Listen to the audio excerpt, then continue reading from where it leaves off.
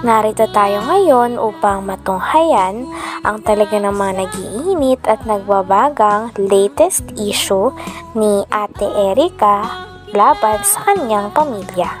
Sa pagpapatuloy nga ng ating istorya ay sinasabi naman ni Lolo Miguel na talagang walang katotohanan daw ang mga pinagsasabi ng mga tao na kakampi ni Ate Erica. Puro paghahambog lang daw ang mga iyon at talagang walang katotohanan dahil hindi naman sila ganon katulad ng mga sinasabi ng mga bashers nila na mukha daw silang pera, mga gutom na aso at iba pa. Kaya naman galit na galit si Lolo Miguel at wala na nga talaga siya sigurong pakialam at hangarin na magkaayos pa sila ni Erica. Tingnan natin. Pwede mo daw para mapagyan natin yung sinasabi nila. So maganda rin yung malaman natin lahat ang pangyayari po. Nandito kami, ating kalinga, para malaman natin ang buong katotohanan bakit kumantong sa ganito na salip na magkaisa yung apo at lolo parang hindi magandang nangyayari. Ano niyo po ang pera kung sira naman ang relasyon sa magulo. Ito ang pinakamayaman sa buong mundo. Kung sira naman ang relasyon, wala din silbi po yun. Ang mahalaga po yung magandang samahan. So, yung mga sinabi pa lang hindi totoo pala. Naghahambog lang. Sinungaling. Sa din yung Initoris niya, butog yun? Si Initoris.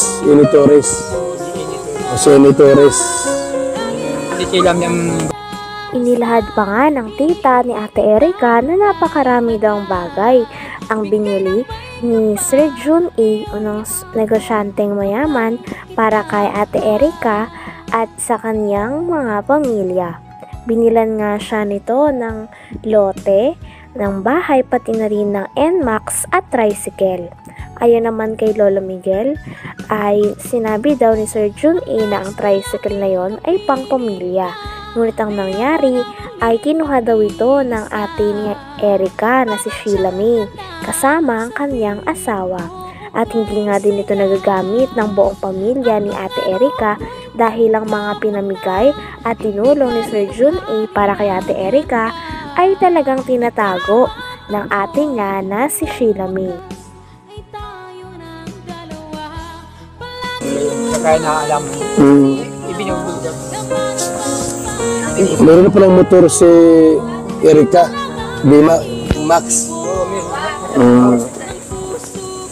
Anong pala yung motor niya? Murang yata. Mabuti, may lisensya naman yun. Pinagkinunang yun nila sila, di ko anig dun eh. Ang lisensya, talagang Si Arnie. mahal na mahal ni yung mahal na mahal ni John Lee, ano? Tapos sa may lote sa Dait. Wow, grabe, congratulations. Tapos may bahay pang maganda. Walang masamang tumulong. Meron lang kasi magpabot ng reklamo sa atin. Itong si Lolo Mig saka Dini. Kita po niya yan. Bakit yung gano'n ang nangyari? May ilang supermeter yun. Awan ko po, hindi man po nagkahamalit. Basta alaman ko lang na talagang So yung bahay dito, malaki din. Malaki din. yung ang bukanan ay 22 yata. Ang katahap. May pruweba nga ang tita ni Ate Erica na sinasabihan silang mga gutom na aso ng mga tao na kakampi ni Ate Erica. Kaya naman pinakita ng tita ni Ate Erica ang chat na ito sa kanila. Dahil dito ay mas lalo pa nga nagagalit si Lolo Miguel kay Ate Erica pati na rin sa kanyang ate at sa mga tao na kumakampi pa dito dahil sila na nga daw ang iniwan at talagang hindi nirespeto dahil umalis daw ang dalawa sa bahay nila nang walang paalam at hindi na nga sila binibisita pagkatapos nilang palakihin ng mga ito at paaralin. Ngunit in return nga ay walang natatanggap na tulong sila Tatay Miguel galing kila Ate Erica tulad ng mga pinapakalat nila na nagsusustento pa daw sila Ate Erica. So yung bahay dito malaki din? Malaki din. Yung ang buka nun ay 22 yata. Ang haba, 24, 22. Ano yun? Second floor? Yung kalahati. Ako ang nagbuka nun. Dahil ko bakilid yung lukuan. Kalahati ang second floor. Dahil ko itong kalahati. Ayan po. Nabuhusan ko. Ayan na. So, Empress, let the dogs bark. The lion is still king. Is still the king. Gutom na ang mga asong ligaw at batugan. Ano ngayon kung may pera? Kami, di naman sa inyo. Iyon. Meron pa po dyan. Mga nagpaparinig kayo ha? Hindi maganda yan. Ano pa rito? Ha? Hindi maganda yan yung ganung mga salita. Na matanda na ito eh. Tapos hindi manghisit tulad sa inyo. Ba't diin kayo? Ikaw-ikawi ka nilang mga kabutugan. Pinaparatangan din si Lolo Miguel na siya daw ang kumukuha ng pera dahil siya daw ang inuutusan o pinapakiusapan na bumili ng mga gamit sa loob ng bahay na pinagawa ni Sir Jun A para kay Ate Erica sa kanyang pamilya. Ngunit kiit naman ni Lolo Miguel ay wala naman daw napupunta sa kanya sapagkat pinapabili lang daw siya, at kapag pinabili daw siya ng gamit ay binibili niya naman daw talaga ng walang labis at walang kulang. Talagang ang source ng pera ay nanggagaling kay Sheila May na ate ni Ate Erica, dahil sa kanya daw nagpapadala at siya ang kumakausap kay Sir Jun A. Sabi pa nga ni Kalingap Val Santos Matubang ay may tuturing talaga na parang buhay prinsesa si Sheila May dahil may mga taga-utos ito. Ano? Parang kinukumpinsin mo si Papa na Susunod ito, Teresita. ano din po sa ilaber po din yun.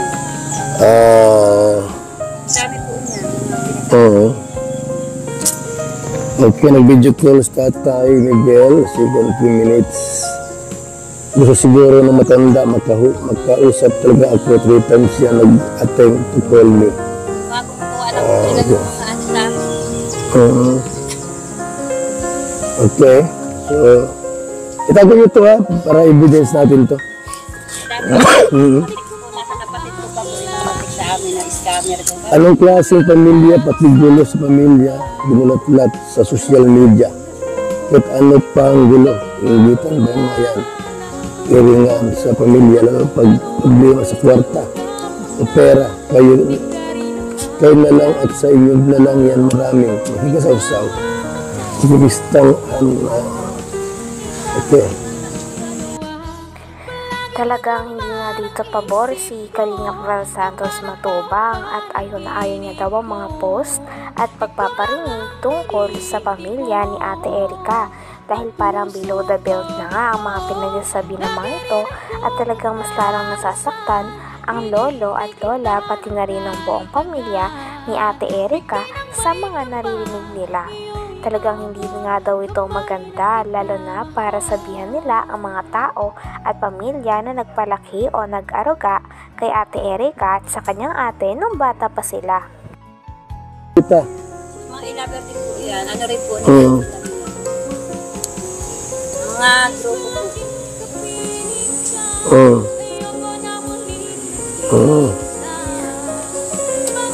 Okay, so may mga hindi magandang salita, no?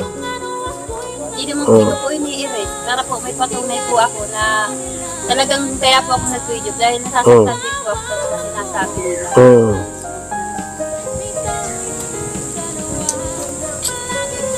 Okay.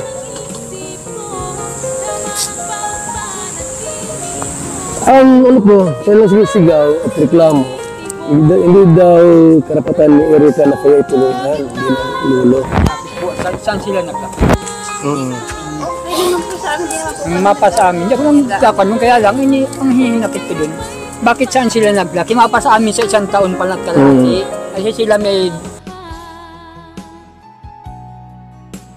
Hanggang dito na lamang muna ang ating napakainit, nagtitrending at talaga namang mas nakakaintriga na issue ni Ate Erica. Maraming salamat sa inyong panonood. Hanggang sa muli. Bye!